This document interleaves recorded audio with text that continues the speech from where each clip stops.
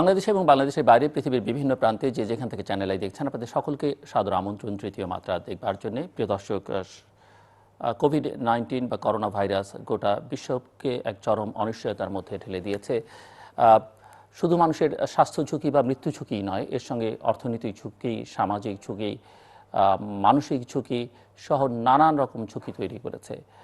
অনেকেই মনে করছেন গোটা পৃথিবীর যে ল্যান্ডস্কেপ আছে, পলিটিক্যাল ল্যান্ডস্কেপ, সেটাতে আমূল বদল হবে। এক এক দেশের সঙ্গে আরেক দেশের সম্পর্কের নানা পরিবর্তন ঘটবে এই কোভিড-19-এর প্রভাবে। অনেকেই মনে করছেন যে কোভিড-19-এর ফলে পৃথিবীর বিভিন্ন দেশে যারা রাষ্ট্র ক্ষমতায় আছেন তাদের অনেকের বিদায় নিতে হবে।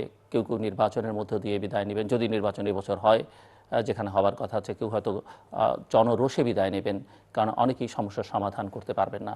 আবার কেউ কেউ মনে করছেন যে জনগণের সঙ্গে সরকারগুলোর অনেক নিবিড় সম্পর্ক, ঘনিষ্ঠতাও তৈরি হবে কোথাও কোথাও, কারণ জনগণের আস্থা অর্জন করা ছাড়া আসলে কোনো বিকল্প থাকবে না। সব মিলিয়ে কোভিড-19 কোথায় নিয়ে যাচ্ছে গোটা পৃথিবীকে, কোথায় নিয়ে যাচ্ছে বাংলাদেশকে, সেই বিষয় নিয়ে আজকে আমরা কথা বলবার জন্য চারজন অতিথি আমার সঙ্গে স্টুডিওতে রয়েছেন। আমার একেবারে মুখোমুখি বসা আছেন নর্থ সাউথ ইউনিভার্সিটির পলিটিক্যাল সায়েন্স এবং সোশিওলজি ডিপার্টমেন্টের প্রফেসর ডক্টর মাহবুবুর রহমান। তার পাশে রয়েছেন জনস্বাস্থ্য বিশেষজ্ঞ ডক্টর মোহাম্মদ আব্দুস সবুর। আমাদের সঙ্গে থাইল্যান্ড থেকে যুক্ত হচ্ছেন থাইল্যান্ডের ব্যাংককের থামাসাট ইউনিভার্সিটির শিক্ষক ডক্টর সুথিকর্ন কিংকােw, এবং তারপরে রয়েছেন অর্থনীতিবিদ, ইকোনমিক রিসার্চ গ্রুপের নির্বাহী পরিচালক ডক্টর সাজ্জাদ জহির। স্বাগত আপনাদের চারজনকেই স্টুডিওতে।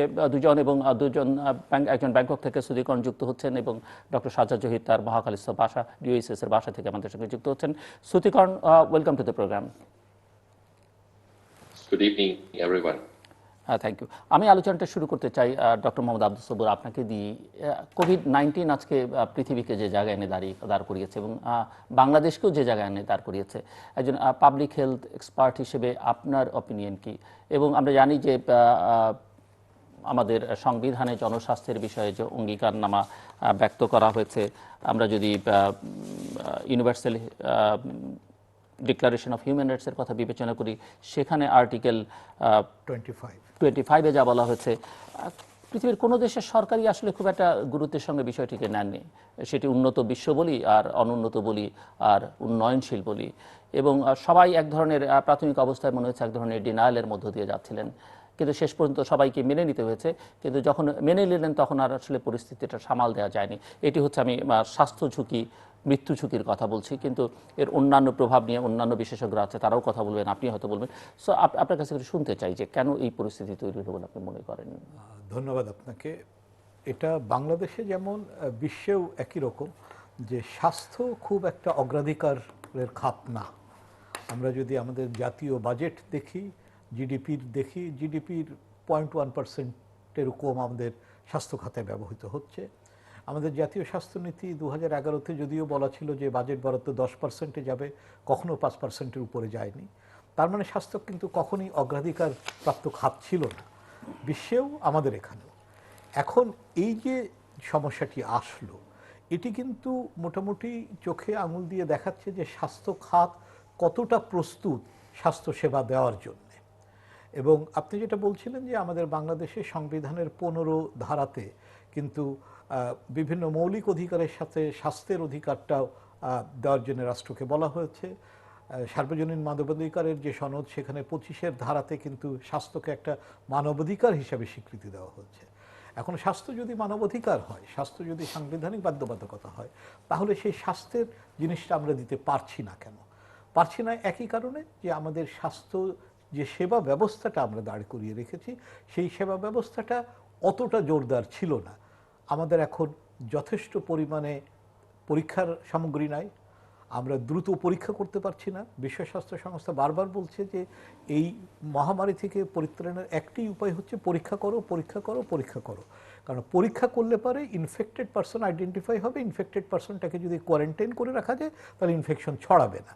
আমরা কিন্তু পরীক্ষা করতে পারছি না। আমাদের এখানে সর্বোচ্চ প্রায় 100 খানেক একদিনে পরীক্ষা করা হচ্ছে, 1000টাও পরীক্ষা এতদিনে আমরা করে উঠতে পারিনি। শুধুমাত্র একটি প্রতিষ্ঠান পরীক্ষা করছে। এই যে পরীক্ষাতে সংকোচন, এটা কি সিস্টেমের একটা দুর্বলতাই বলতে পারা যায়। আমরা অনেক হাজার হাজার না হলেও শখানেক পরীক্ষা কেন্দ্র সারা দেশে ছড়িয়ে দিতে পারলাম না কেন? কারণ এই পরীক্ষা করার যে টেকনোলজিক্যাল নলেজ এটি আমাদের প্রচুর আছে, যন্ত্রপাতিরও অভাব ছিল না, কিন্তু আমরা সেই জিনিসগুলো করি নাই। তারপরে যে ব্যাপারটি রয়েছে সেটা হচ্ছে কি যে এক ধরনের ভীতি কাজ করছে আমাদের স্বাস্থ্যসেবা প্রদানকারীদের ভিতরে যে আমরা সংক্রামিত হতে পারি। চিকিৎসা দিতে গেলে সংক্রমিত হওয়ার ঝুঁকি সবসময় স্বাস্থ্যসেবা প্রদানকারীদের থেকেই থাকে, এটা জেনেই এই পেশাতে পেশাজীবীরা আসেন।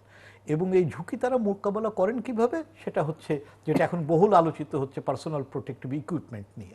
পার্সোনাল প্রোটেক্টিভ ইকুইপমেন্টই সেই সুরক্ষা দেয়, যে কোনো পেশাজীবীরই পার্সোনাল প্রোটেক্টিভ ইকুইপমেন্ট তার পেশার ঝুঁকিটাকে সুরক্ষা দেয়।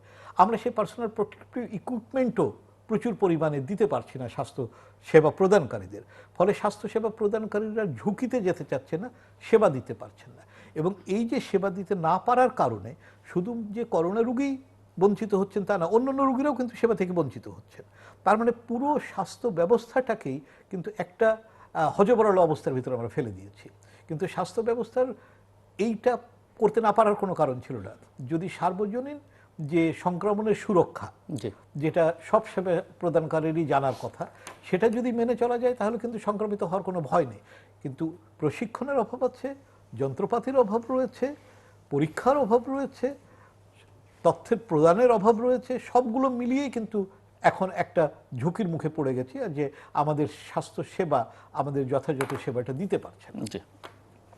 দর্শক, আমরা আপনারা লক্ষ্য করে থাকবেন যে প্রতিদিন আমরা পৃথিবীর বিভিন্ন দেশের এক্সপার্টদের সঙ্গে কথা বলছি, তাদেরকেও যুক্ত করছি, কারণ সমস্যাটা কেবলমাত্র বাংলাদেশের নয়, সমস্যাটা গোটা পৃথিবীর। এবং আমরা সবাই মিলেই আসলে অভিজ্ঞতাগুলো শেয়ার করছি এবং সেই অভিজ্ঞতা আদান প্রদানের মধ্য দিয়ে আসলে একটা সম্মিলিত প্রয়াসের মধ্য দিয়ে এই সংকট হয়তো সমাধান করা যাবে বলে অনেকে মনে করেন। সুতিকর্ণ,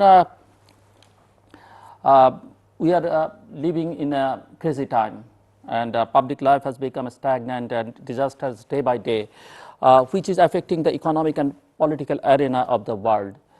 So far I know that around 1,200 have been infected, 6 have died, and at least 15 are in critical condition in Thailand.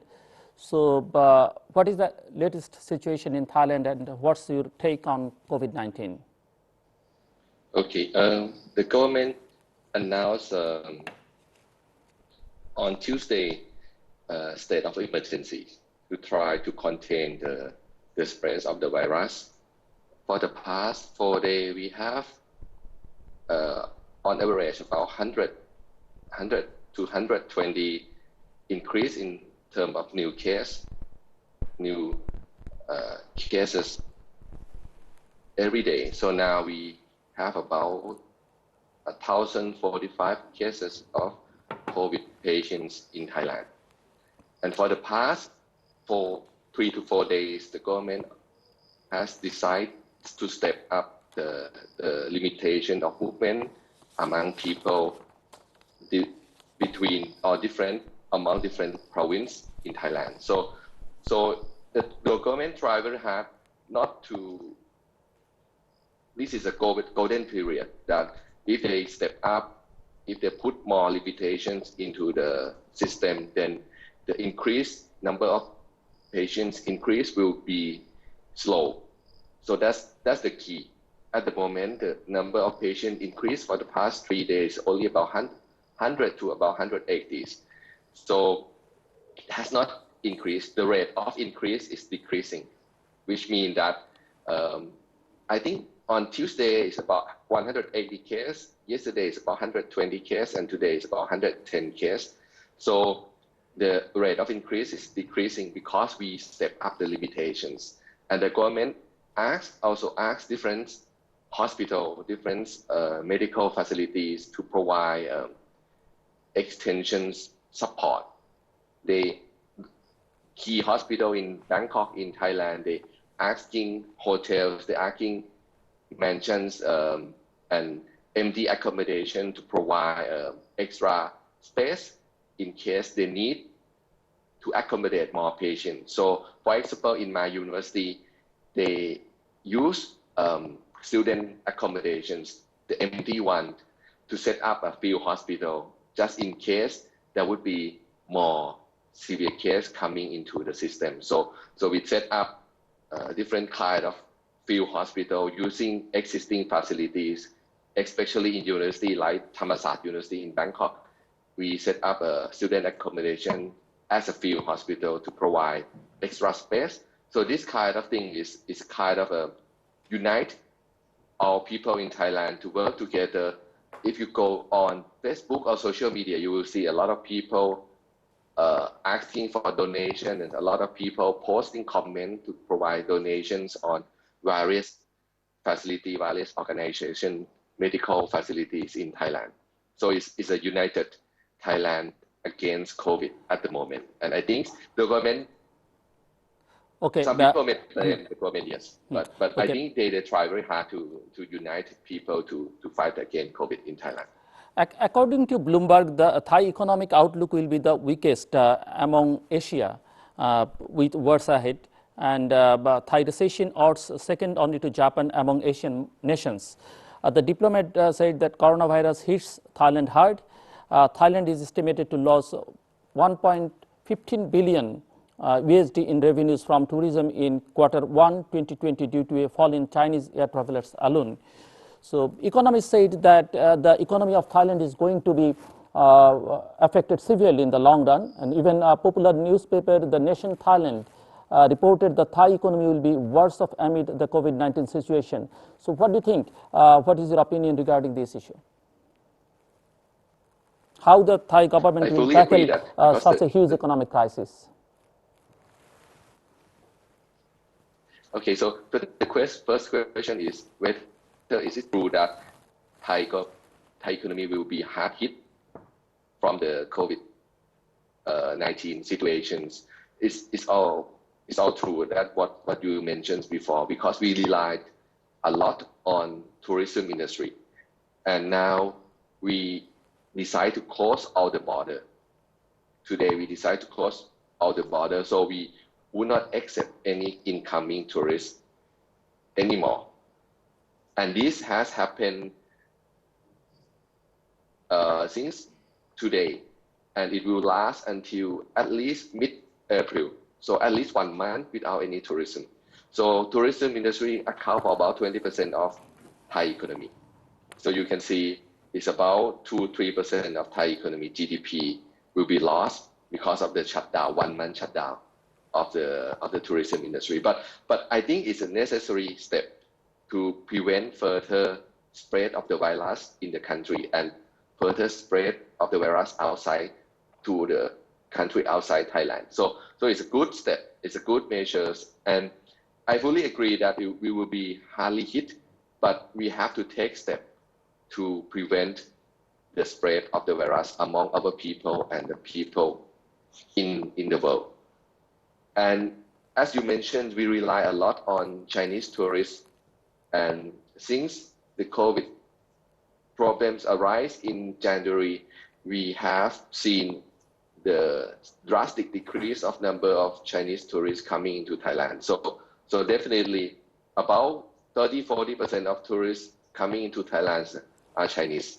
So we have huge effect from the COVID situations in the world. So that's one thing. And also the government recently asked the shopping mall, restaurant to be closed in Bangkok and in various provinces around Thailand. So service industry, service sector of the economy are hardly hit as well. So and the service sector of the economy contribute to the majority of the Thai economy. So that's something that is very serious to Thai economy. But it's necessary. It's necessary to prevent the loss of life of people. Okay. Stay with us. Dr. Sajjad Zohir, আমি এখন সরাসরি আপনার কাছে প্রশ্নে যাচ্ছি যে আমরা গত বেশ কয়েক মাস ধরে বাংলাদেশের অর্থনীতি নিয়ে নানা রকমের আপনি শুনতে পাচ্ছেন আমাদেরকে ডক্টর সাজ্জাদ জহির? হ্যালো, শুনতে পাচ্ছেন? হ্যাঁ পাচ্ছি। জি, আমরা গত কয়েক মাস ধরে জি ওকে, গত কয়েক মাস ধরেই বাংলাদেশের অর্থনীতি নিয়ে নানা রকমের আলোচনা হচ্ছে, যে এর নানান সমস্যা, দুর্বলতা, নানান উদ্বেগ উৎকণ্ঠা আছে, শৃঙ্খলার অভাব, নৈরাজ্য, নাজুক পরিস্থিতি, সবগুলি আলোচনা হচ্ছে। এর মধ্যে এসে কোভিড-19 ঢুকে পড়ল, এবং এই কোভিড-19-এর এটিকে অর্থনীতিবিদরা অনেকেই বলছেন যে এটি একটি অর্থনৈতিক ভূমিকম্প গোটা বিশ্বের জন্য। তো সেক্ষেত্রে আমাদের বিভিন্ন সেক্টরের নেতৃবৃন্দ, ব্যবসায়িক ক্ষেত্রে বিশেষ করে, তারা তাদের উদ্বেগ উৎকণ্ঠার কথা জানাচ্ছিলেন। প্রধানমন্ত্রী 25 তারিখে জাতির উদ্দেশ্যে ভাষণ দিলেন, সেখানে 5,000 কোটি টাকার আমাদের রপ্তানি বাণিজ্যের সঙ্গে যারা যুক্ত তাদের জন্য একটা প্যাকেজ ঘোষণা করলেন, এবং বিভিন্ন সোশ্যাল সেফটি নেটগুলোকে কিভাবে সুরক্ষা দেওয়া যায়, সেগুলোকে আরও নিশ্চয় দেওয়া যায়, সেটি নিয়েও তিনি বক্তৃতা করেছেন। কিন্তু প্রশ্ন হচ্ছে যে আপনি এটিকে কিভাবে দেখেন, এবং ইনফর্মাল সেক্টরে অনেকে কাজ করেন আমাদের, যেমন আমরা যদি ঢাকায় বলি যারা রিক্সা চালান, যারা ছোট ছোট দোকানদার, তাদের কি হবে সেটি নিয়ে অনেকের মধ্যে উদ্বেগ আছে, যে এই সংখ্যাটাও কিন্তু খুব কম নয়। সো আমি একটু একজন অর্থনীতিবিদ হিসেবে আপনার কাছ থেকে শুনতে চাই যে আপনি কিভাবে দেখেন যে প্যাকেজটাতে ঘোষণা করা হয়েছে সেটি, এবং যে ঘোষণাগুলো এসছে সরকারের দিক থেকে, সেগুলো আসলে এই সংকট মোকাবেলায় যথেষ্ট কিনা। আমি এই ঘোষণার বিষয়টাতে যাবার আগে প্রথম প্রশ্নটার সূত্র ধরে জাস্ট কুইক 3টা পয়েন্ট বলবো, জি প্লিজ। যেটা কিনা যে কেন আমাদের বিলম্বিত রেসপন্স, জি এটার ব্যাপারে 3টা দিক তুলবো। কারণ ওখানে আগে হওয়ার ফলে সারা পৃথিবী কিন্তু বেশ একটা প্রাথমিক ওয়ার্নিং পেয়েছে, কিন্তু রেসপন্ড করতে পারেনি, তার প্রশ্নটা তোলা হয়েছিল। এবং প্রথম হয় যে আসলে WHO যদিও গ্লোবাল যে স্ট্রাকচারে ইনফরমেশন ফ্লো করে এবং ডিসিশন নেওয়া হয়, সেখানে একটা ব্রেকডাউন আছে, এবং দীর্ঘদিন ধরে অর্থনৈতিক গ্লোবাল গভর্নেন্সের ক্ষেত্রে একটা পৃথকীকরণ এবং সেটা ট্রান্সমিট করার এই জায়গাতে একটা ব্যর্থতা। হেলথ প্রোগ্রামটা হিস্টোরিক্যালি কিন্তু ভার্টিক্যাল প্রোগ্রাম, এবং এই ভার্টিক্যাল থাকার কারণ সেটা হয়তো যে আমাদের দেশে এইটার হরাইজন অনেক কম, যে কারণে হেলথ সেক্টরের প্রবলেমটা যত দ্রুত উপরে উঠে। আমার মনে হয় কানেকশন একটু সমস্যা আছে আপনার, আমরা একটু পরে আসি। আমার মনে হয় আপনি একটু কানেকশনটা আবার আমরা নেবার চেষ্টা করি। আমি প্রফেসর মাহবুবুর রহমান আপনার কাছ থেকে একটু শুনতে চাইবো যে এই কোভিড-19 আসলে বিশ্ব নেতৃবৃন্দের জন্য কি বার্তা দিল। ধন্যবাদ জিল্লুর। এই কোভিড-19 বিশ্বকে একটা সংকটে ফেলে দিয়েছে, এটা বললে যথার্থ হবে না, বরং মহাসংকটে ফেলে দিয়েছে, এবং এটা একটা বিশ্ব সংকট। তো একজন কলামিস্ট নিউ ইয়র্ক টাইমসে তিনি বলেছেন যে আগে সন গণনা করা হতো বিসি এবং এডি দিয়ে, অর্থাৎ before Christ and after death of the Christ. এখন হবে বিসি এবং এসি, মানে হচ্ছে before corona and after corona. তো এটা মিন করে যে মানে কত ডিভাস্টেটিং, কত বড় ঘটনা এটা হয়ে দাঁড়াচ্ছে পৃথিবীর জন্য। তো এখানে আমরা দেখতে পাই যে এই যে পোস্ট করোনা ওয়ার্ল্ড কী ধরনের হতে পারে, এই মুহূর্তে একটা দৃষ্টিপাত করলে এ নিয়ে যথেষ্ট লেখালেখি হচ্ছে। যেমন ধরা যাক যে বিশ্ব নেতৃত্ব বা হেজিমনি, যেটা এতদিন ছিল যুক্তরাষ্ট্র কেন্দ্রিক, এটা কিন্তু শিফটেড হওয়ার একটা সম্ভাবনা সৃষ্টি হয়েছে, যেটা হতে পারে চায়না কেন্দ্রিক, চায়না সেন্টার। কেন সেটা কারণটা আমি ব্যাখ্যা করতে চাই। সেটা হচ্ছে এরকম যে চায়না কিন্তু সফলভাবে, যদি শুরু হয়েছে চায়না থেকে, কিন্তু চায়না যথেষ্ট সফলভাবে এটা মোকাবেলা করতে সক্ষম হয়েছে। চায়নার অর্থনীতিকে যেটা খুব মারাত্মকভাবে এফেক্ট করেছে ব্যাপারটা তা নয়, করেছে কিন্তু অত মারাত্মক নয়, চায়না সোজা হয়ে দাঁড়িয়ে আছে। কিন্তু আমরা যে যুক্তরাষ্ট্রের অবস্থা দেখি, যুক্তরাষ্ট্রের অবস্থা খুবই নাজুক, এবং একদিকে নাজুকতা, আরেকদিকে রাজনৈতিক নেতৃত্বের আমি বলবো শুধু অক্ষমতা না, এক ধরনের মানে শিশুসুলভ বলবো না বালখিল্যতা বলবো, যে যুক্তরাষ্ট্রের যে প্রেসিডেন্ট তিনি তো প্রথমে এটা হোক্স বলে চালিয়ে দিচ্ছিলেন, তারপরে তাকে বুঝতে সময় লেগেছে, যখন তিনি স্বীকৃতি দিলেন তারপরেও তিনি বলছেন এই তো সেদিন যে বিজনেস এগুলো সব কিছু আমরা নর্মাল ইয়াতে চলে আসবো, will open up by April 12, মানে 12 এপ্রিলের মধ্যে তিনি নর্মাল চলে আসতেছেন। অথচ যুক্তরাষ্ট্রে গত 24 ঘন্টায় 10,000-এর অধিক লোক ইনফেক্টেড হয়েছে, 1,000 অধিক লোক মারা গেছে। যুক্তরাষ্ট্রে বর্তমানে 70,000-এর উপরে ইনফেক্টেড, আর শুধু খোদ নিউ ইয়র্কে 30,000। তো এই যখন অবস্থা, এবং বাইরের যুক্তরাষ্ট্রের বাইরে এবং ভেতরেও তারা আশঙ্কা করছে যে একটা বিরাট সংখ্যক মানুষ মারা যেতে পারে, এবং সেই সংখ্যাটা এমনও হতে পারে মোর দেন 2 মিলিয়ন। এটা সাংঘাতিক ব্যাপার হবে যদি এমনটি হয়, এবং যে অবস্থা দেখা যাচ্ছে তাতে কি দাঁড়াবে। তাতে যুক্তরাষ্ট্রের 2008-এর চেয়ে বড় গভর্নর বলছেন যে আপনার বুলেট ট্রেনের যে গতি তার চাইতে গতিতে এটা এগোচ্ছে। এক্স্যাক্টলি। তো কিন্তু রাজনৈতিক মেইন নেতৃত্ব কিন্তু এই জিনিসটা মানে স্বীকার করতেই রাজি না, এবং এখনো তার কোনো লক্ষণ দেখা যাচ্ছে না তার মধ্যে। যেখানে বড় সমস্যা হতে পারে যে 2008-এ যে ইকোনমিক রিসেশন ছিল তার চেয়ে বড় রিসেশন চলে আসতে পারে। এবং তখন হবে কি, যুক্তরাষ্ট্রের এই যে যুক্তরাষ্ট্র কেন্দ্রিক যে বিশ্ব নেতৃত্ব সেখানে ধস নামবে। ধস নামার পরে যুক্তরাষ্ট্রের ভেতরেই কিন্তু একটা অসন্তোষ তৈরি হতে পারে।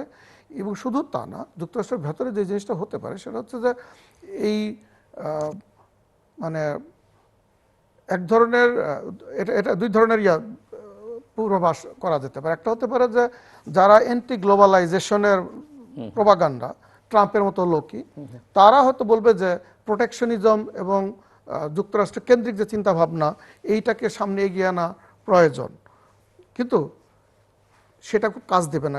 এই জন্যে কারণ ইন্টারনাল অ্যারেঞ্জমেন্টে এবং মোকাবেলায় যদি অদক্ষতার পরিচয় ঘটে এবং ব্যাপক অর্থনৈতিক এবং লোকক্ষয় যদি ঘটে, মানুষের সাফারিং তো সীমার বাইরে চলে গেছে। তো ফলে তার প্রভাব পড়তে বাধ্য, এবং ওইদিকে চায়না ক্রমশই এগিয়ে আসবে। এবং চায়না যে কাজটা এখন করছে, যেটা যুক্তরাষ্ট্র পারছে না, সেটা হচ্ছে চায়না কিন্তু তার অন্যান্য রাষ্ট্রকেও সাহায্যের হাত বাড়িয়ে দিচ্ছে। তারা যেমন এই তো আমাদের দেশেই চলে আসছে, কিট চলে আসছে, তারপরে পিপিই চলে আসছে। তো এইরকম অন্যান্য দেশেও চায়না এগিয়ে আসছে সাহায্যের হাত নিয়ে। তাতে হচ্ছে কি, নেতৃত্বটা সেই এই চায়নার দিকে ঝুঁকে পড়বে, এবং এটাতে যুক্তরাষ্ট্র কিন্তু নেতৃত্ব হারাবে। এখন আমাদের যে জিনিসটা দেখার বিষয় সেটা হচ্ছে যে how we can benefit from this Chinese experience and American experience. আমেরিকার এক্সপিরিয়েন্স থেকে শিক্ষার বিষয় হচ্ছে যে আমরা যতটা সিরিয়াসনেস সহকারে দেখা দরকার সেটা আমরা দেখছি কিনা। অবশ্যই আমাদের সরকার এগিয়ে আসছে, আর মানে এখন যেভাবে এগিয়ে যাচ্ছে আমরা, কিন্তু সেখানে একটা কথা হচ্ছে যে আমাদের পলিসির সাথে মানুষের সম্পৃক্ততা কতটুকু। একটা ছোট্ট উদাহরণ দিলে বোঝা যাবে যে দেখুন, যখন আমাদের লকডাউন না বলে আমরা ছুটি ঘোষণা করলাম, ছুটি ঘোষণার সাথে সাথে কিন্তু মানুষের মধ্যে আসল মেসেজটা যায়নি। লোকজন কিন্তু ঘরে না বসে তারা ঘর থেকে বের হয়ে গেছে, ছুটি মনে করে তারা ঢাকার বাইরে চলে যাওয়ার উপদ্রব। আপনি দেখুন যানবাহনগুলোর কি অবস্থা, মানে এটা তার রিস্ক বাড়িয়ে দিল। কোথায় রিস্ক কমানো হবে, রিস্ক বাড়ানো হলো। তো এই যে সম্পৃক্ত করতে না পারা, একই পেইসে না থাকা, এটা কিন্তু দুর্ভাগ্যজনক। এটা পরিস্থিতিকে খারাপের দিকে নিয়ে যাবে, এটা একটা দিক। দ্বিতীয় হচ্ছে যে আমাদের ইকুইপমেন্টের ক্রাইসিস আমাদের খুব দ্রুত বাড়াতে হবে। আমার পূর্ববর্তী আলোচক সবুর সাহেব উল্লেখ করেছেন যে ওয়ার্ল্ড হেলথ অর্গানাইজেশন বলছে test test and test and then isolate isolate and isolate. এটা একেবারে প্রাথমিক, এবং প্রশ্ন হচ্ছে আমরা এই ক্ষেত্রে কতটা দক্ষতার পরিচয় দিতে পারছি বা পারবো তার উপর ডিপেন্ড করবে। আর দ্বিতীয় যেটা আমি বলবো, চায়নার কাছ থেকে শিক্ষার বিষয়। চায়না কীভাবে ম্যানেজ করেছে দেখুন, চায়না যে কতগুলো স্টেজ অনুযায়ী অগ্রসর হয়েছে। 3 দিনের মধ্যে উহানে চায়না কিন্তু উহানকে আইসোলেটেড করতে সক্ষম হয়েছে। বাইরের ঢুকতে পারছে না, ভেতর থেকে তার বেরোতে দিচ্ছে না। That was very helpful. এমনকি চায়না যে কাজটা করছে, তাদের 23শে জানুয়ারি 25শে জানুয়ারি তাদের নববর্ষ, সেই সময় চায়না এত দক্ষতার সাথে এটা তারা প্লেস করতে পেরেছে। পরবর্তী পর্যায়ে তারা 10 দিনের মধ্যে কতগুলো হসপিটাল প্রতিষ্ঠা করতে পেরেছে। চায়নার এই জিনিসগুলো শিক্ষণীয় বিষয়। এমনকি চায়না এই যে মানে ঘর থেকে কাজ করা, এই এবং তার মধ্য দিয়ে চায়না যেভাবে পরিস্থিতিকে সামাল দিয়েছে, এই জিনিসগুলো আমাদের ফলো করবার আছে, শিক্ষা নেওয়ার আছে।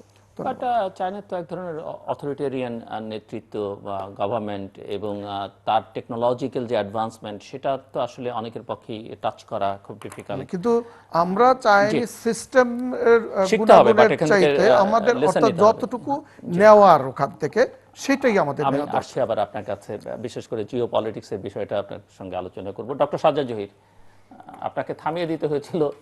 আমি বলছিলাম যে অথরিটেরিয়ানের অনেক মানে আছে, তো সেখানে ইমপ্লিমেন্টেশনে যদি গ্রাউন্ড লেভেলে করার মতো যোগ্যতা রাখে জি, সেটা খুব ইম্পর্টেন্ট। কিন্তু এই জায়গাতে যে আমার মনে হয় ডিসিশন প্রসেস এবং রেসপন্সিভনেস, কারণ অনেক অথরিটেরিয়ান রেজিম কিন্তু নট রেসপন্সিভ টু সিচুয়েশন যেটা হয়, এখানে এটা দেখিয়েছে যে এটা আসলে পেরেছে। এনিওয়ে, আমি আমার আগের প্রশ্নের ভিতরে ঢুকে আমার মনে হয় মাহবুব সাহেব কিছু জিনিস কভার করে ফেলেছেন রিগার্ডিং গ্লোবাল ইস্যু।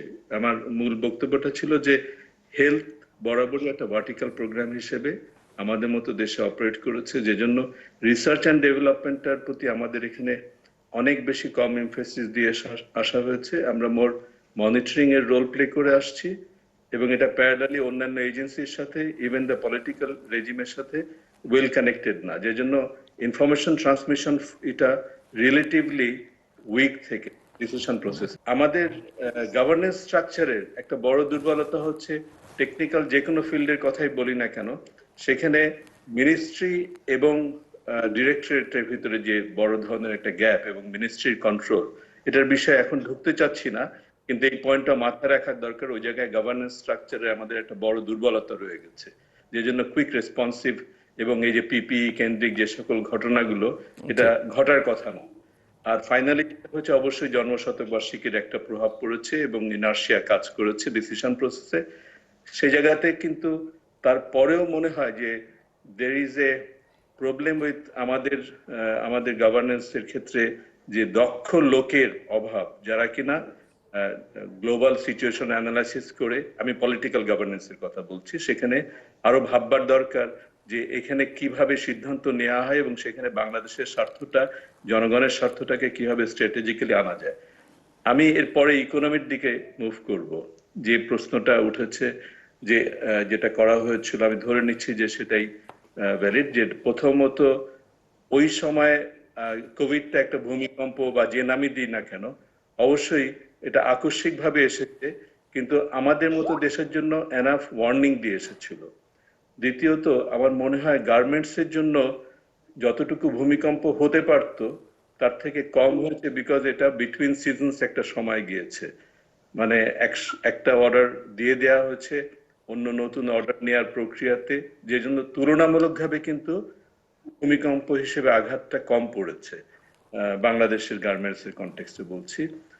তবে যে জিনিসটা সবচেয়ে বেশি চিন্তার বিষয়, যে কোভিডটা আসার পরে সারা পৃথিবীর অর্থনীতি, যোগসূত্রতা, ভ্যালু চেইনের দিকগুলা কি ধরনের প্রোডাক্টে পরবর্তীতে যাবে, সেই জায়গায় কিন্তু একটা বড় আকারের আমূল পরিবর্তন আসতে যাচ্ছে। এবং এইটার অনুধাবন করাটা বা চর্চাটা, চিন্তার মননের চর্চাটা এখনো পর্যন্ত মনে হয় না শুরু হয়েছে আমাদের ভিতরে। অন্য অনেকের ভিতরে এটা নিয়ে আলোচনা হচ্ছে, কিন্তু আমাদের সমাজের ভিতরে আমি এখনো দেখছি, এবং বিশেষত আমরা গ্লোবালি যে সকল পাওয়ার হাউসগুলোর সাথে কানেক্টেড, সেটা পার্শ্ববর্তী হোক বা ইউএসএ হোক, এই জায়গাগুলোতে কিন্তু এখনো মোর ট্রেডিশনাল অ্যাপ্রোচে আমরা যে স্টিমুলাস প্যাকেজের নামে যেটা করছি, সেটা স্টিমুলাস প্যাকেজ না বলে যদি ইনকাম সাপোর্ট প্রোগ্রাম হিসেবে চিন্তা করা হয়, তাতে কোনো দোষ নাই।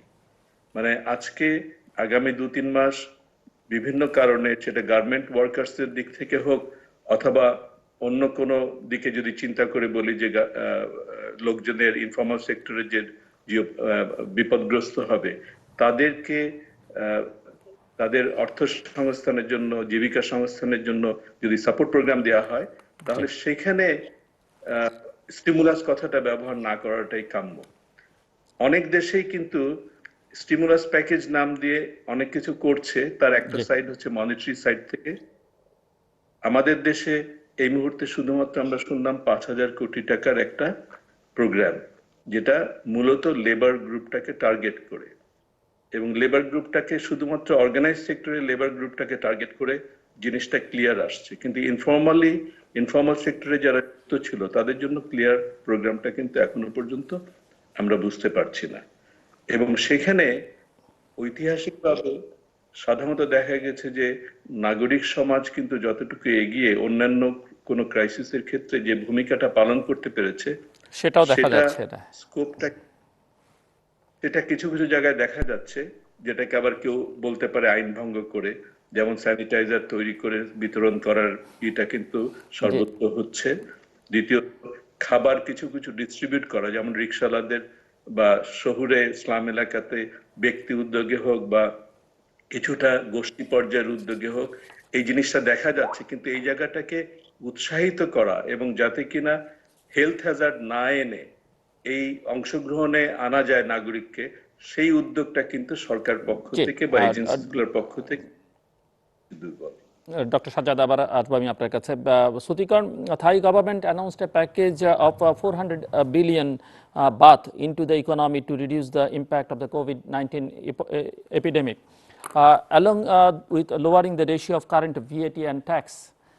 Reports say that all kinds of international trade, including imports and exports around the world, has dropped by 75%, World Trade Organization's report. Inflation appears to be increased, GDP will decrease notably, the unemployment rate is on the rise. So how the Thai government will compensate for such a huge economic crisis? Is it possible to bring back the Thai economy or keep it stable after the crisis? Sure. The urgent task of the current government is to try to help the one who the hardest hit group of people. For example, those who work in the tourism industry, those who work in the service industry. For example, after the closure of various shopping mall and restaurants around Bangkok, hundreds of thousands of workers try to go back to their home province outside Bangkok, and it caused a lot of damage to the society in the rural area because of the spread of the virus those people can bring to the rural area. So the government tried to contain that by asking those people not to move from one place to another place, to stay. The government provide subsidies. They provide subsidized income for those people. For example, who under the national security pension scheme, then they will get about 50% of their income from the fund. So it's a worker scheme that allow people who become unemployed to still sustain their life, and also for those who are not part of the formal system, the government providing up to about 3 million people, 3 million workers outside the formal sector. They will get about 5,000 baht per month, which is around $150 per month, as a compensation for the situation for the COVID epidemic. So this is the first step to sustain those people who hardest hit by the epidemic. And also the government try to help those people who also hardest hit by the problem of the epidemic is SME, small and medium enterprise. Those people, those business are affected the most, especially those who has a high debt, high borrowing from the bank. So the government asking the Bank of Thailand, asking the bank to prolong the payment, to reduce the payment, to reduce the interest rate, and to reduce the payment for each month, the monthly payment. So this kind of step is to make sure that after the crisis, these business will come back quickly. That's the key. The key is these business have to come back quickly after the crisis. Okay, doctor Mohammad Sabur, doctor Sajjad Zahir বলছিলেন যে অনেকে এখন sanitiser বানাচ্ছে। So আমি একটু মানে public health expert হিসেবে আপনার কাছে শুনতে চাইব, এই যে এখন গ্লাভস পরা হচ্ছে, মাস্ক ব্যবহার করা হচ্ছে, এই যে স্যানিটাইজার ইউজ করা হচ্ছে, বা যেভাবে বারবার হাত ধোয়ার কথা বলা হচ্ছে, এই সব বিধি একটু আপনার কাছ থেকে শুনতে চাই যে প্রিকশনস হিসেবে যা কিছু নেওয়া হচ্ছে সেগুলো ঠিকঠাক আছে কিনা। ধন্যবাদ আপনাকে। এখন বারবার যে কথাটা বলা বা হচ্ছে, পিপি এখন দেখা যাচ্ছে অনেকেই ব্যবহার করছেন, বাসায়ও ব্যবহার করছেন, অনেক অফিসে ব্যবহার করছেন, ব্যাংকেও ব্যবহার করছেন, সেগুলো নিয়ে একটু শুনতে চাই আপনার কাছ থেকে। জি। বারবার যে কথাটা বলা হচ্ছে যে আমরা সচেতন হব কিন্তু আতঙ্কিত হব না, কিন্তু ব্যাপারটা কিন্তু উল্টো হয়ে যাচ্ছে। আমরা আতঙ্কিতই হচ্ছি এবং আতঙ্কিত হওয়ার ফলে সচেতনতাতে ঘাটতি থেকে যাচ্ছে। আপনি যেখান থেকে শুরু করলেন স্যানিটাইজার, ঠিক আছে, স্যানিটাইজারটা কিন্তু খুব বেশি প্রচলিত জিনিস ছিল না আমাদের সমাজে। স্যানিটাইজারটা কারা ব্যবহার করতেন? সেবা প্রদানকারী ডাক্তার। ধরেন 20টা রুগী তিনি পরপর দেখবেন, রাউন্ডে গেছেন, প্রত্যেকটা রুগী দেখার পরে তো আর হাত ধোয়া তার পক্ষে সম্ভব না, সুতরাং 2 ড্রপ স্যানিটাইজার নিচ্ছেন, হাতটা মুছে নিচ্ছেন, পরের রুগীটা দেখছেন, সব শেষে কিন্তু উনি যে আবার হাত ধুচ্ছেন। সুতরাং স্যানিটাইজারটা ছিল যে ভাইরাস লোডটাকে কমিয়ে আনবে। স্যানিটাইজার ভাইরাস মেরে ফেলবে এরকম কোনো প্রমাণিত তথ্য নেই, কিন্তু কমিয়ে আনবে। তারপরে যে কিন্তু উনি হাত ধুচ্ছেন, এবং আমরা বারবার বলা হয়েছে যে স্যানিটাইজারের চাইতে সাবান কিন্তু বেশি কার্যকরী। সাবানের মধ্যে ক্ষার আছে, যে সাবান আবার ক্ষার বেশি, মানে কাপড় কাচায় সাবান বেশি কার্যকরী। কিন্তু খেয়াল করে দেখেন, যেহেতু স্যানিটাইজারটা তৈরি করা সহজ, আপনি একটু অ্যালকোহল অ্যাড করলেন, একটু ক্লোরিন সলিউশন বা ওই ধরনের কিছু দিলেন, আমাদের এখানে কিন্তু স্যানিটাইজার ব্যবহারটা একেতে হলো যে সুপার মার্কেটে স্যানিটাইজার উধাও হয়ে গেল, তারপর সবাই শ্রমের স্যানিটাইজেশন দিতে লাগলো। এটা গেল একটা গল্প। মাস্ক ব্যবহারটা নিয়ে প্রচুর বিভ্রান্তি হয়েছে। সবাই কি মাস্ক ব্যবহার করবেন, না কারা ব্যবহার করবেন, কখন ব্যবহার করবেন, এটা নিয়ে কিন্তু এক এক সময় এক এক রকম কথা বলা হচ্ছে।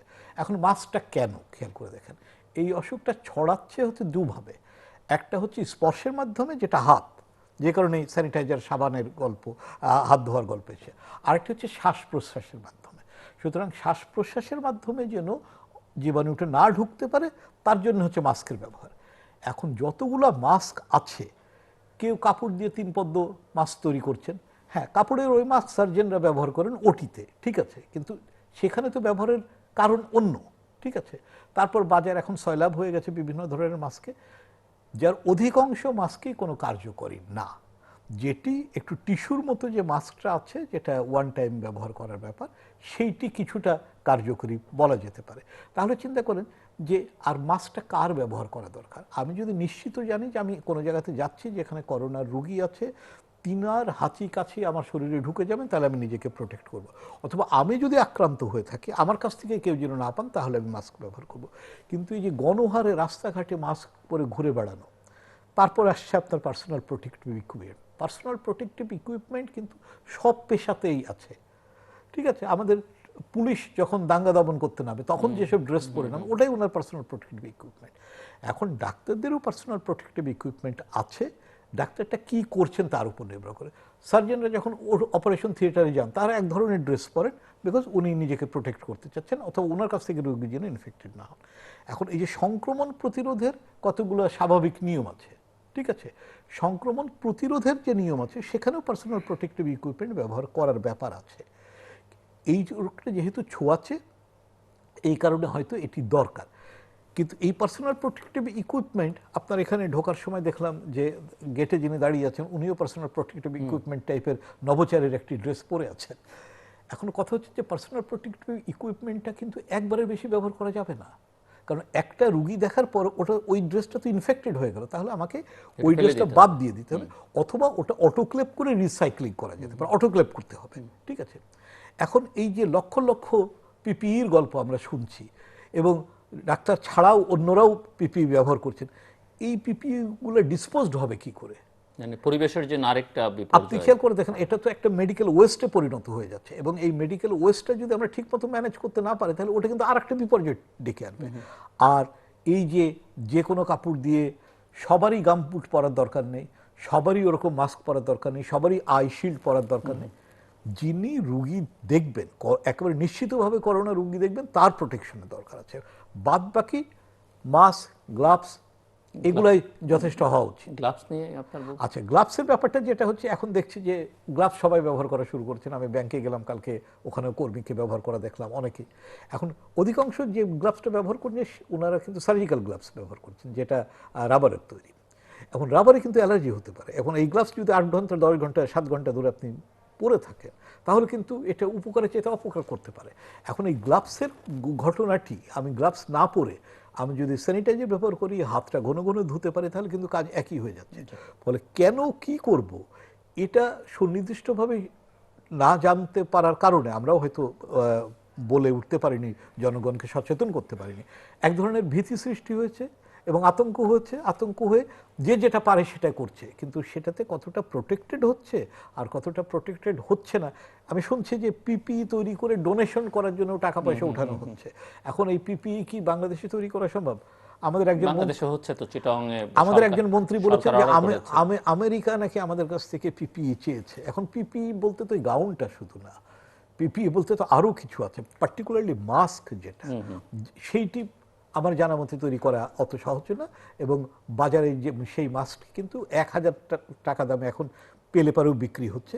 একটা রুগী 1000 টাকা দেখে শুধু মাস্কটাই ফেলে দিতে হবে। কিন্তু ডক্টর মাহবুবুর রহমান, তবে আমরা কিন্তু মনে করি যে গার্মেন্টসে যেহেতু আমরা অনেক অগ্রসর জাতি পৃথিবীর তুলনায়, যে কারণে যুক্তরাষ্ট্র আমাদের কাছে চেয়েছে পিপিই, সেটা হচ্ছে বাংলাদেশই পারে পিপিই উৎপাদনে এখন একটা পদক্ষেপ নিয়ে শুধু নিজের চাহিদা পূরণ করা তা না, বিশ্বকেও দিতে পারে। এদিকে আমাদের মনে হয় বেশি যত্নবান হওয়া উচিত। এখানে আবার আরেকটা প্রশ্ন আছে যে চাহিদা কতদিন থাকবে, সেটাও একটা বিবেচ্য বিষয়। আমি যে প্রশ্নটা আপনাকে করতে চাইছি যে আপনি লক্ষ্য করে থাকবেন যে একটি কমিটি হয়েছে, সরকার কমিটি করেছে যে বিভিন্ন গণমাধ্যমের সংবাদ বা তাদের কার্যক্রম মনিটর করবার জন্য, যে কেউ গুজব ছড়াচ্ছে কিনা, কেউ বিভ্রান্তিকর কোনো কিছু ছড়াচ্ছে কিনা। আপনার কাছে কি মনে হয়, মানে আপনি কিভাবে দেখেন?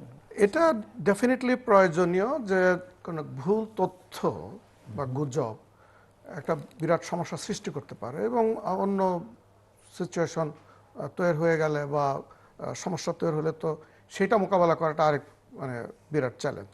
কিন্তু এখানে আবার একটা বিষয় দেখার মতো যে মানুষের কিন্তু তথ্য যাতে আবার সাপ্রেসড না হয়।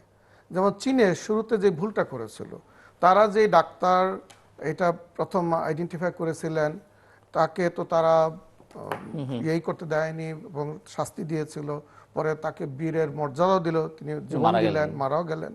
তো প্রশ্নটা হচ্ছে যে আমাদের দেশে মানুষ যখন দেখে যে তথ্য তারা শুনে, আমি একটা কেস স্টাডি হিসেবে ধরি IEDCR, দেখুন যেভাবে ওখান থেকে তথ্যগুলো দেওয়া হয়, আমরা কি দেখতে পাই পত্রিকায়, আমাদের নিউজ প্রিন্টেড মিডিয়া এবং আমরা সোশ্যাল মিডিয়াতে দেখছি মানুষ কয়েক ঘন্টা ফোন করে তারা কানেকশন পাচ্ছে না, তারা নিজেরা সকল সিমটম নিয়ে বসে আছে তাদের নমুনা সংগ্রহ করবার জন্য। একজন মানবাধিকার কর্মী রুমার কাহিনী আমরা যেটা তারপরে শুনলাম, আপনি এই যদি হয় অবস্থা, তাহলে কি দাঁড়াচ্ছে যে তাকে সোশ্যাল মিডিয়ায় এটা লিখতে হয়েছে, সাংবাদিক বন্ধুরা IDSR-এ যোগাযোগ করেছেন, তার নমুনা নিয়ে যাওয়া হয়েছে এবং তারপরে নমুনা নিয়ে যাওয়ার পরে সবচেয়ে দুর্ভাগ্যজনক হলো উত্তরা থানা থেকে তাকে ফোন করা হচ্ছে, তার ভাইকে ফোন করা হচ্ছে, পুলিশ তার বাড়িতে গিয়ে যন্ত্রণা তৈরি করেছে।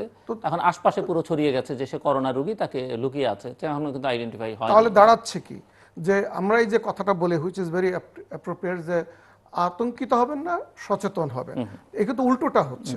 অর্থাৎ আমরা বরং আতঙ্ক তৈরি করছি তো একদিক থেকে, যে মানুষ এখন ভয় পায় যে সর্বনাশ, যদি আমি ইনফেক্টেড হয়ে যাই তাহলে তো আমার মৃত্যু ছাড়া কোনো রাস্তা নেই। কারণ এই যে মিরপুরে যে ভদ্রলোক ওনার যিনি মারা গেলেন, কেমন তার লাইফ সাপোর্ট দেওয়ার পরে যদি তার টেস্টের রেজাল্ট দেওয়া হয়, আপনি এই বিলম্ব করে তো জীবন রক্ষা করতে পারছেন না, আর তিনি যে বাকিদেরকে ইনফেক্টেড করছেন সেই রাস্তা বন্ধ করা যাচ্ছে না। কাজে এই বিষয়টা খুব ইম্পর্টেন্ট যে আমাদের সমস্ত তথ্যগুলো মানে সঠিক তথ্যের প্রবাহ উন্মুক্ত রাখতে হবে। কারণ এটা মোকাবেলার জন্য তিনটা, আমি বলবো এটা 3T ভেরি ইম্পর্টেন্ট। নাম্বার 1, যে ট্রাস্ট বিল্ডিং, যে যদি মানুষের মধ্যে আস্থা তৈরি না হয় তাহলে কিন্তু সমস্যা আমরা মোকাবেলা করতে পারবো না। 2, এক হচ্ছে ট্রান্সপারেন্সি, স্বচ্ছতা থাকতে হবে সব লেভেলে। ইয়েস, জনমানুষের লেভেলে বা মিডিয়ার লেভেলে যদি দায়বদ্ধতার প্রশ্ন আসে, ট্রান্সপারেন্সির স্বচ্ছতার ব্যাপার আছে, তাহলে যে সমস্ত প্রতিষ্ঠানগুলোর এই দায়িত্ব এই জিনিসগুলো মানুষকে জানানো এবং তার জন্য প্রয়োজনীয় পদক্ষেপ গ্রহণ করা, তারা যদি ট্রান্সপারেন্ট না হন তাহলে তো সমস্যার সমাধান হবে না, আরও বাড়বে। তারপরে লাস্টে আমি বলবো ট্যাকলিং দ্য সিচুয়েশন এফিশিয়েন্টলি, সেই জায়গাটা আমাদের আরো বেশি জোর দিতে হবে, যেখানটা আমি এখনো ঘাটতি দেখতে পাচ্ছি। জি, ধন্যবাদ। Suthikorn, last year the Thai government approved 193 billion baht for its public health issue. Who says it's an average healthcare spending with 4% of its GDP, where the average should be 6.5% for middle income countries. Why governments are so careless in every country regarding public health issues? How this situation can be improved in the future? I think in Thailand we're talking about co-payment and also the possibility that there will be extra tax on high income group of people to subsidize the universal health coverage at the moment. For example, we consider various various measures to contain and to improve the system and to increase the amount of payment per head. I mean the government budget per head. So, for example, we consider the model like in Australia. If you have higher income the income higher than certain threshold, then you have to pay the Medicare. So the system will be able to sustain itself because of some extra payment coming from the high income group of people. So this is the way that we can sustain the system. And also, I think even the budget is not that high, but the cost of running public health system in Thailand is not that high too. We have considerable amount of money that funding many hospitals coming from donations. So the biggest hospital in Thailand, which is Chulalongkorn, is running by Thai Red Cross, and the money is donated by the royal family, the rich people in Thailand, and so on and so on. So a lot of foundations, a lot of philanthropist movement providing extra helping hand for the public health system in Thailand as well. So I think it's not only the government role that try to improve it, but the civil society, the society, and the rich people in Thailand, they are also helping to make sure that the system can go on, and people can benefit from it. But COVID is definitely alarming. It's a wake up call for the system in Thailand to make sure we understand that in the future we have to have extra capacity to cope with this kind of situation, this kind of epidemic in the future. But I think we have a good plan, and we have a stockpile of all the necessary medicine. But even that, we still have some problems in various parts of the country. Okay. Dr. Sajjad Zohir, বিশ্ব অর্থনৈতিক ব্যবস্থায় কি নতুন কোনো মেরুকরণ, নতুন কোনো পরিবর্তন, সম্ভাবনা, আশঙ্কা কি দেখেন আপনি, এবং সেখানটা থেকে যদি বাংলাদেশকে যুক্ত করে একটু ছোট করে আলোচনা করেন? আমাদের বিশ্ব অর্থনীতির সাইজটা অবশ্যই দারুণভাবে কমে আসবে। তো এটাকে রিকগনাইজ করলে পরে যে স্কেলে আমরা বিশ্ব অর্থনীতির সাথে সম্পৃক্ত হয়ে সরবরাহকারী হিসেবে কাজ করি, সেইটা ব্যাহত হবে, এবং সেই অনুযায়ী যারা এখন প্রোডাকশনে আছেন সাপ্লাই সাইডে, আরএমজি হোক, লেদার, অন্যান্য, সেই জায়গাতে কিন্তু ডাউন সাইজ করার একটা চিন্তা আমাদেরকে করতেই হবে। এবং এই ডাউন সাইজ প্রক্রিয়াতে রিস্ট্রাকচারিংটা কতটুকু সম্ভব, সেটা কিন্তু টেকনোলজি অনেক জায়গায় পারমিট করবে না। সুতরাং টেকনোলজি অনেক জায়গায় কিন্তু রিডান্ডেন্ট হয়ে পড়বে, মানে এটার কোনো প্রয়োজন থাকবে না। কিন্তু এই রিস্ট্রাকচারিং করাটা ইনভেস্টার্সদের জন্য যেমন দরকার, তেমনি লেবারকে রিস্কিল বা অন্য জায়গায় এনগেজ করার বিষয়টা সিরিয়াসলি চিন্তা করার বিষয়। এটা হচ্ছে একটা দিক তুলছি আমি। একটা আছে ট্রানজিশনাল ফেজ, যেটা টিকে থাকার ব্যাপার। আরেকটা হচ্ছে পরবর্তী স্ট্রাকচারে কিন্তু অনেক বেশি আইটি নির্ভর হওয়ার সম্ভাবনাটা বেড়ে যাবে, প্রোডাকশন এফিসিয়েন্সিটা আরেক লেভেলে যাবে, এবং সেই জায়গাতে কিন্তু বাংলাদেশের জন্য দুঃখজনক অবস্থানে আমরা বিরাজ করছি। রাতারাতি চেঞ্জ আসা সম্ভব না, কিন্তু আমার মনে হয় সেখানেই ছোট যে জিনিসটা আজকে মনে হচ্ছে সেই জায়গাগুলোর পিছনে যদি অনেক বেশি প্রণোদনামূলক অর্থায়ন করা হয়, সেখানে সম্ভাবনার দ্বার খুলতে পারে। যেটা একটু আগে আলাপ হচ্ছিল পিপিই অথবা মাস্ক নিয়ে, লোকালি আসলে প্রোডাকশন সম্ভব এবং করছে। যে জিনিসটা দরকার, অবশ্যই একই মেশিনে সবকিছুই তৈরি করা যায় না, কিছু জিনিস রিঅ্যাডজাস্টমেন্ট করার প্রয়োজন হয়, কিন্তু গার্মেন্টসকে দিয়ে জুতা সেলাই করা সম্ভব না, সেই জিনিসটাও মাথায় রাখতে হবে। সুতরাং বিশ্ব অর্থনীতিতে অবশ্যই সংকুচিত হবে, তার মানে হচ্ছে কিন্তু এর সাবস্টিটিউট হিসেবে দেশীয় অর্থনীতিকে কিভাবে চাঙা করা যায় এবং দেশীয় ডিমান্ড অথবা কোনো কোনো ক্ষেত্রে যদি সুযোগ থাকে, যেটা রাজনৈতিক কারণে আমি অতটুকু আশাবাদী না, যে আঞ্চলিক বাজারে বিশেষ করে কাপড় চোপড়ের ক্ষেত্রে অনেক জায়গাতেই কিন্তু ভারতীয় মার্কেটটা ওপেন আপ করবে কিনা সেই জিনিসটার দেখার ব্যাপার আছে, কিন্তু আমি খুব বেশি সুযোগ সেখানে দেখি না। তো কিছুটা হতাশব্যঞ্জক, কিন্তু এর ভিতর দিয়ে পেরিয়ে আগামী দিনে আমার মনে হয় প্রস্তুতি নেওয়ার দরকার যে অনেক অঙ্গন থেকে শ্রমকে রিলোকেট করতে হবে। এটা আমরা চাই বা না চাই, বিশ্ব অর্থনীতির এই পরিবর্তনটা আসতে যাচ্ছে এবং নর্মাল স্টিমুলাস প্যাকেজ শুধুমাত্র এই মুহূর্তের ইনকাম সাপোর্টে কাজ দিতে পারে, কিন্তু ইকোনমিটাকে রিস্ট্রাকচার করে নতুন পথ দেখানোর জন্য কিন্তু কার্যকরী হবে না। এবং নর্মাল ব্যাংকিং সিস্টেমের ভিতর দিয়ে যেভাবে আমরা অর্থায়ন করে আসছি সেই পদ্ধতিও সঠিক কিনা ভেবে দেখার দরকার, এটুকুই বলবো আর কি। আমার ডক্টর সবুর একটু বলবেন যে আপনার কি ধারণা যে এই কোভিড-19 এই যে ধারার মধ্যে এখন আছি আমরা, এটা কতদিন পর্যন্ত?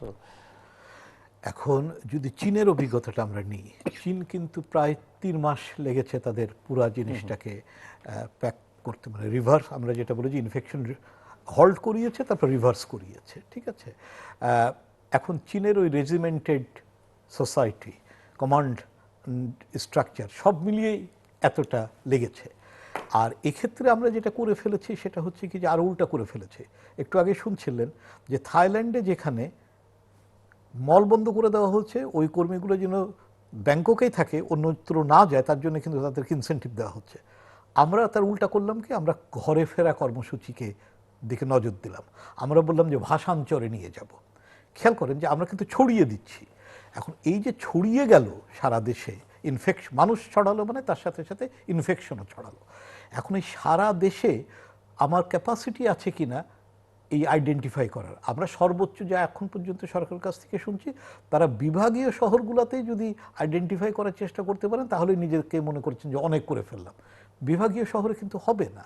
তার মানে হবে কি, প্রচুর আনআইডেন্টিফাইড করোনা কেস থাকবে এবং সেই আনআইডেন্টিফাইড কেসগুলো কেস স্প্রেড করা শুরু করবে। আর পার্সোনাল প্রোটেক্টিভ ইকুইপমেন্ট নিয়ে যে সমস্যাটা তৈরি হয়েছে, যার ফলে স্বাস্থ্য সেবা প্রদানকারীরা যথেষ্ট আস্থা পাচ্ছেন না, তাহলে তারা কিন্তু উপজেলাতে বা জেলাতেও চিকিৎসাগুলো করতে পারবেন না। তার মানে হচ্ছে কি যে এটা একটা প্রকৃতির উপর ছেড়ে দিতে হবে, প্রকৃতি ইনফেক্ট করা শুরু করবে।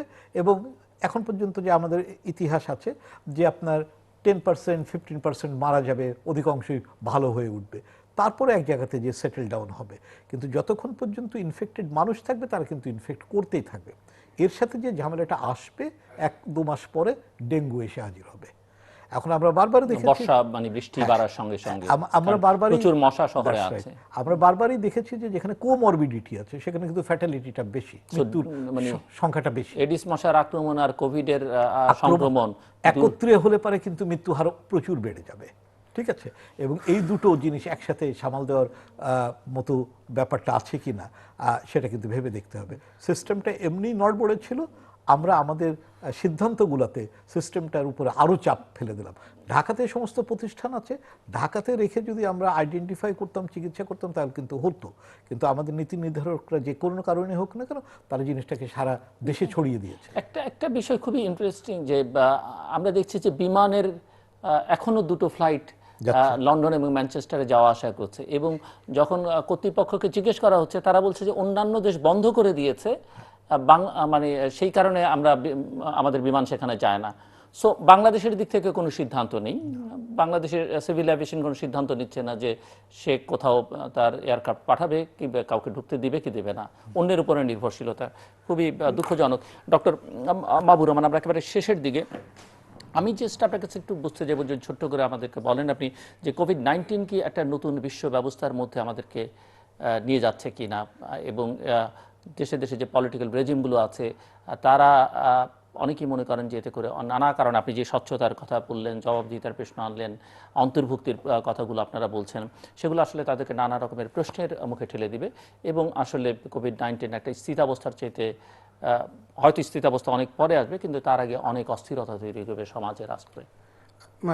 ধন্যবাদ। আবার আমি ওইটাতে যাওয়ার আগে একটু ডক্টর সবুর যে একটা প্রসঙ্গটা নিয়ে এসেছিলেন, আমি ওটা নিয়ে একটু দুই কথা বলতে চাই।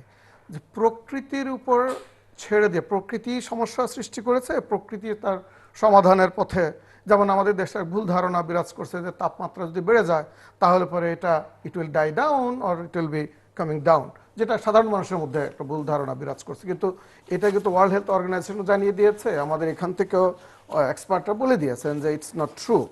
তার মানে কারণ অনেক দেশেই তো তাপমাত্রা বেশি, সৌদি আরবের কথাই যদি ধরি, ইউনাইটেড আরব আমিরাতের কথাই ধরি, অন্যান্য দেশে তাপমাত্রা অনেক বেশি, তাহলে ওখানে কেন হচ্ছে?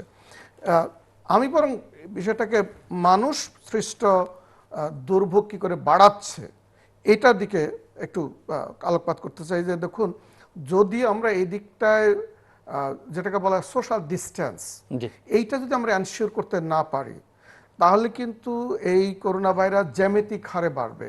আমাদের যত বাইরের দেশের অভিজ্ঞতা এটাই বলছে।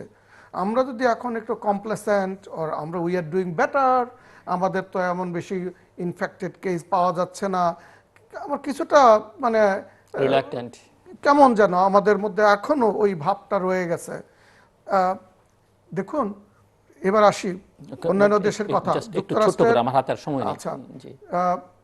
যুক্তরাষ্ট্রের প্রেসিডেন্ট বলছেন তিনি ওয়ার টাইম প্রেসিডেন্টের মতো কাজ করছেন। ব্রিটেনের বরিস জনসন বলেছেন যে যুদ্ধ অবস্থায় বিরাজ করছে। তারপর ম্যাক্রন বলেছেন যে France is at war with coronavirus. এগুলো রেটরিক বটে, কিন্তু আমি মনে করি যে actually we are at war. আমাদেরকে 100% যুদ্ধ ডিক্লেয়ার করতে হবে। যুদ্ধ ডিক্লেয়ার শুধু করে তারপরে ঘরে বসে থাকলে হবে না। যুদ্ধের প্রস্তুতি দরকার, স্ট্র্যাটেজি দরকার এবং মোবিলাইজেশন দরকার, এবং এই যুদ্ধে আমাদের জয়ী হতে হবে, কারণ আমাদের কোনো অপশন নেই। যুদ্ধে আমাদের জয়ী হতে হবে। চায়না পেরেছে বলে চায়না ইজ রেজিমেন্টেড কান্ট্রি, আমরা পারবো না, no, that's not true, that's not the option either. অজুহাত এটা, বাঙালির সেই তৃতীয় হাত অজুহাত। এই অজুহাত দিয়ে তো আমরা নিজেরা মরবো, দেশকে মারার ব্যবস্থা করছি অলরেডি, কারণ আমরা এখনো জানি না কি অবস্থা যাচ্ছি, কোন দিকে আমরা যাচ্ছি। তো সেজন্য যেমন একটু ক্ষুদ্র কথা বলে রাখি যে যদি এই ছুটি 10 দিনের পরে শেষ হয়ে যায়, আমার আশঙ্কা যেই পঙ্গপালের মতো মানুষ একবার ঢাকার বাইরে গেছে এরা আবার আসা শুরু করবে। তার মানে কি যে একই প্রবলেম আরও মাল্টিপ্লাই করবে এবং এটার কোনো শেষ নেই। আমরা আমাদের সর্বনাশার রাস্তা আর ওপেন করে দিচ্ছি। কাজী আমার ধারণা সরকার হয়তো বিষয়টা বিবেচনা করবেন। যদি সোশ্যাল ডিস্টেন্স এনশিওর করা না যায় তাহলে এটা আরও মানে যেটাকে লকডাউন, ওইটাই এনশিওর করে জিনিসটাকে আরও দূরের দিকে নিতে হবে। Suthikorn, COVID-19 is going to change social order. We are talking about that, and as well as world order drastically. How it's going to affect Thailand both nationally and internationally? Very briefly. Briefly, I think the government is concerning about we relying too much on tourism industry, and that one thing that we have to consider in the future, that if there would be any epidemic like this happen, as it has happened in early 2000, that SARS came in and affect a lot of tourist industry around the world. So this kind of thing, it would affect the position of Thailand in terms of the economy, and what would be the industry that we should focus, and we diversify more in terms of not relying too much on the tourism industry.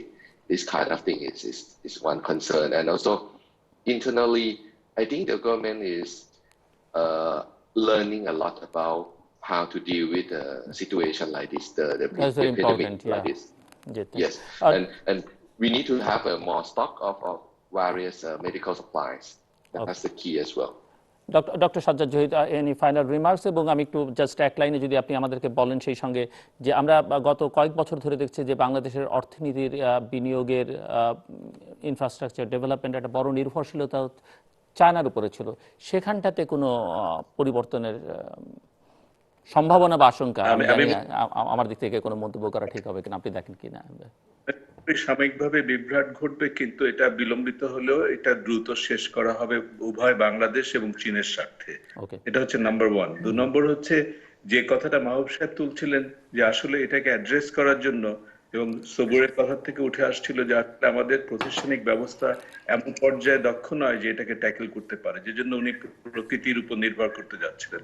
আমি মনে করি যে এই জায়গাতে যে স্টাইলে ব্যবস্থাপনা আমরা আনতে পারবো না, কিন্তু সেখানে একদিকে যেমন আসলেই ছুটিটা শেষ হওয়াটা ডিক্লেয়ার করতে যাওয়া উচিত না, তেমনি পাশাপাশি জনগণকে কিভাবে সম্পৃক্ত করা যায় যাতে কিনা তারা এমন একটা জায়গাতে কোনো কিছু থাকলে, কোয়ারেন্টাইনে থাকলে আশেপাশের এলাকা তাদের নিজেদের স্বার্থেই কিছু কিছু জিনিস করছে, সেইটাকে এফিশিয়েন্টলি কিভাবে স্বল্প সংখ্যক সরকারি লোক ব্যবস্থাপনার মাধ্যমে জনগণের শক্তিটাকে ব্যবহার করতে পারে, এই পথগুলো খোঁজাটা আমাদের মতো দেশের জন্য খুবই জরুরি।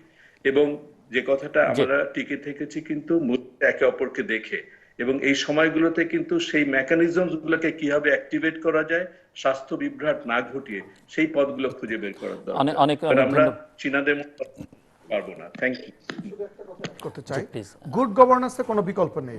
This is the test case for us, যে আমাদেরকে সুশাসন এনশিওর করতে হবে, তাহলে এই পরিস্থিতি আমরা মোকাবেলা করতে পারব। অনেক অনেক ধন্যবাদ doctor Sajjad Zahir, Suthikorn Kingkao, doctor Mohammad Abdus Sabur, doctor Mahbubur Rahman. Thank you very much. Suthikorn, thank you very much having with us. Thank you. Stay safe. দর্শক, আমরা কথা বলছিলাম কোভিড-19 নিয়ে, থাইল্যান্ডের অভিজ্ঞতা শুনছিলাম।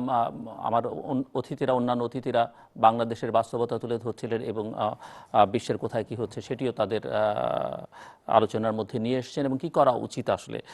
ঘুরে ফিরে একটি কথা এসছে যে তথ্যের অবাধ প্রবাহটা নিশ্চিত করতে হবে, যেটি হুর থেকে বলা হচ্ছে পরীক্ষা এবং পরীক্ষা, টেস্ট অ্যান্ড টেস্ট, সেটি নিশ্চিত করতে হবে এবং তথ্য গোপন করবার প্রবণতাটা বাদ দিতে হবে এবং তথ্যের অবাধ আদান প্রদান থাকলে, অবাধ প্রবাহটা থাকলে সেখান থেকে আসলে যাচাই বাছাই করে নেওয়া যাবে যে কোনটি ভালো, মানে সঠিক তথ্য কোনটি সঠিক নয়। কিন্তু প্রবাহটা বন্ধ করে দিলে সমস্যাটা বাড়বে।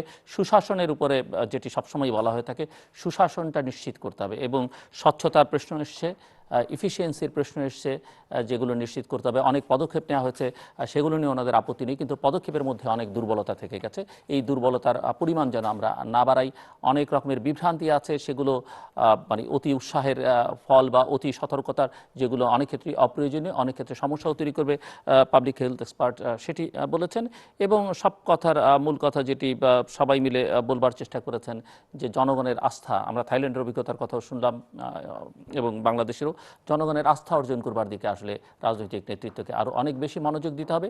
জনগণকে অর্থনৈতিক প্রক্রিয়া, রাজনৈতিক প্রক্রিয়া, উন্নয়নের প্রক্রিয়া অন্তর্ভুক্ত করতে হবে এবং জনগণের আস্থা যদি তারা অর্জন না করতে পারেন, তাহলে জনগণ তাদেরকে আসলে তাদের সঙ্গে এই পর্যায়ে এসে কতটা থাকবে সেটি একটা বড় প্রশ্নের মুখে দাঁড়াবে। বিভিন্ন দেশের জন্য সেটি প্রয়োজন। কাজেই জনগণের উপর আস্থা রাখতে হবে এবং তাহলেই তারা আসলে জনগণের আস্থাটা অর্জন করতে পারবেন। দর্শক, আমাদের সঙ্গে থাকবার জন্য অসংখ্য ধন্যবাদ।